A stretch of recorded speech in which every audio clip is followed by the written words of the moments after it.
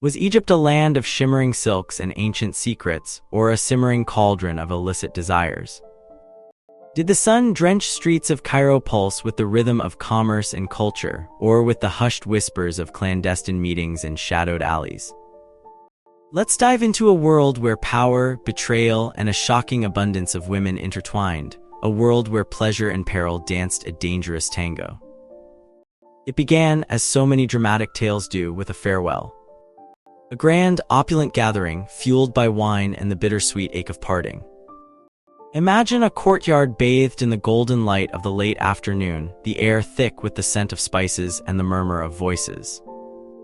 Men, adorned in flowing robes and glittering jewelry, laughed and exchanged stories, their faces flushed with drink. Women, equally resplendent in silks and jewels, moved through the crowd, their laughter echoing like wind chimes. It was a celebration of friendship, a lament for journeys taken, and, undeniably, a prelude to something far more complex.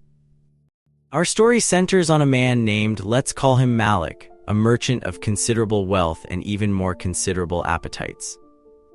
He was preparing to sail for Yemen, a distant land promising riches and adventure.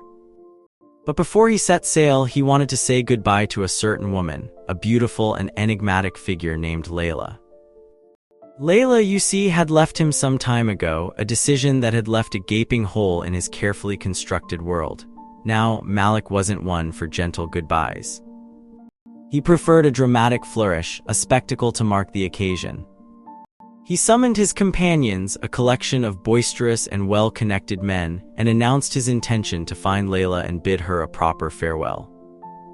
It was then that a series of absurd and increasingly frantic attempts began. First, there was Issa, Malik's closest confidant. "Fetch Layla," Malik commanded, his voice laced with impatience.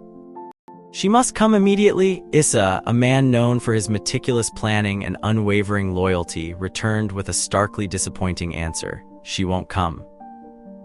Malik, never one to accept defeat, turned to his slave boy, a young man named Ghulām, a creature of quiet efficiency and unsettlingly precise movements.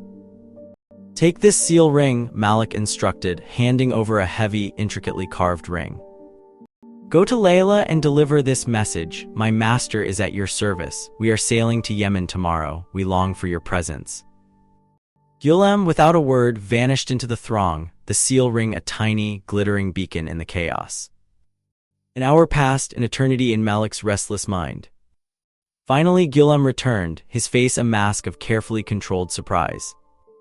"She's coming," he announced, his voice barely a whisper, "but it will take only a moment," and then she appeared. Not as Malik had envisioned, a graceful, hesitant arrival, but with a sudden, startling entrance. She stepped into the courtyard, a vision of dark beauty and unapologetic confidence. She sat on a stone bench, deliberately revealing a leg, a subtle but unmistakable challenge to the assembled men, but the real drama was yet to come. As the men began to mingle, a figure emerged from the shadows: Layla's husband. He was a man of imposing stature, a warrior with a face etched with years of hardship and a gaze that could freeze a desert wind, and he wasn't pleased. Without a word, he grabbed a shoe, a simple leather sandal, and unleashed a torrent of fury. He didn't just kick, he attacked. He wielded the shoe like a weapon, striking Layla with brutal precision.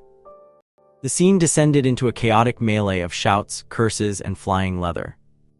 Malik watched, a mixture of shock and perverse fascination on his face. The violence abruptly ceased.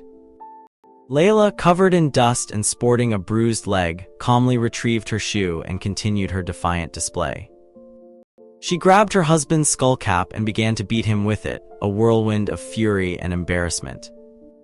He collapsed, momentarily stunned, before scrambling away, leaving Layla to resume her unsettling composure. But the story didn't end there. As the men attempted to restore order, Malik, ever the strategist, devised a new plan. He sent Ghulām back to Layla with a desperate plea, a carefully crafted message designed to elicit a dramatic response. The result was even more spectacular. Layla, fueled by rage and a potent cocktail of wine, turned on Malik's companions. She rained down a barrage of shoes, dislocated limbs, and humiliating insults. She stripped her husband bare, exposing his vulnerability and his shame. Then, with a chillingly pragmatic gesture, she demanded a hefty sum 100 Egyptian dinars, as compensation for the corruption she claimed Malik had inflicted upon her husband. And she wasn't about to leave until her demands were met. Malik, realizing the gravity of the situation, attempted to appease her, offering 10 dirhams and a hasty retreat, but Layla refused to be placated. She declared her intention to flee to her sister's home in Egypt, vowing to haunt Malik's dreams until he had fulfilled her demands. The scene then shifted to a dimly lit alleyway where Layla confronted a local merchant, demanding a payment and a swift passage to Egypt. The merchant, clearly intimidated, complied, handing over the requested sum, but Layla wasn't finished. She returned to the courtyard, disrobed, and settled down beside Ghulām, requesting a small silver coin to purchase a snack. She remained there throughout the evening, a captivating and unsettling presence, a reminder of the unpredictable nature of desire and the consequences of unchecked indulgence. And then a second story emerged, one that painted a similar picture of reckless abandon and unexpected violence. This tale, recounted by a Syrian merchant named Omar, described a scene in a Cairo inn, a place known for its loose morals and its clientele of wealthy travelers. Omar, seeking female companionship, approached an elderly woman who frequented the inn. She, in turn, provided him with a young girl, barely 16 years old, who was reportedly unaware of her right from her left. The girl was quickly installed in a private room, a love nest as Omar described it, where she lived with her companion. One fateful evening, her husband arrived unexpectedly, discovering the illicit affair. The girl, in a desperate attempt to cover up the deception, concocted a wild tale, a narrative filled with improbable details and blatant falsehoods.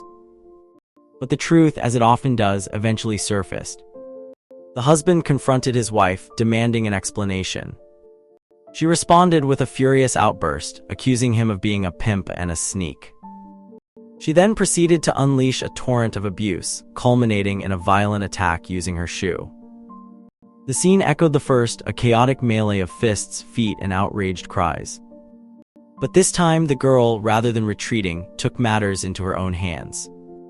She demanded compensation, a sum of 100 Egyptian dinars, and threatened to abandon her husband and flee to her sister's home in Egypt, vowing to never return. The story concluded with a chilling image, Layla standing defiantly before Malik and his companions, a symbol of female agency and a challenge to the established order. These weren't isolated incidents. They were glimpses into a complex and often brutal world, a world where women were commodities, where pleasure and power were intertwined, and where the boundaries of morality were constantly being tested. But what exactly were these women? Were they slaves forced into prostitution against their will? Or were they independent workers, choosing their own path in a society that offered them limited options? The accounts offer no definitive answers, leaving us to grapple with the ambiguities of the past. And then there's the question of the Crusaders. The arrival of the Crusader armies in Egypt brought a new wave of chaos and disruption.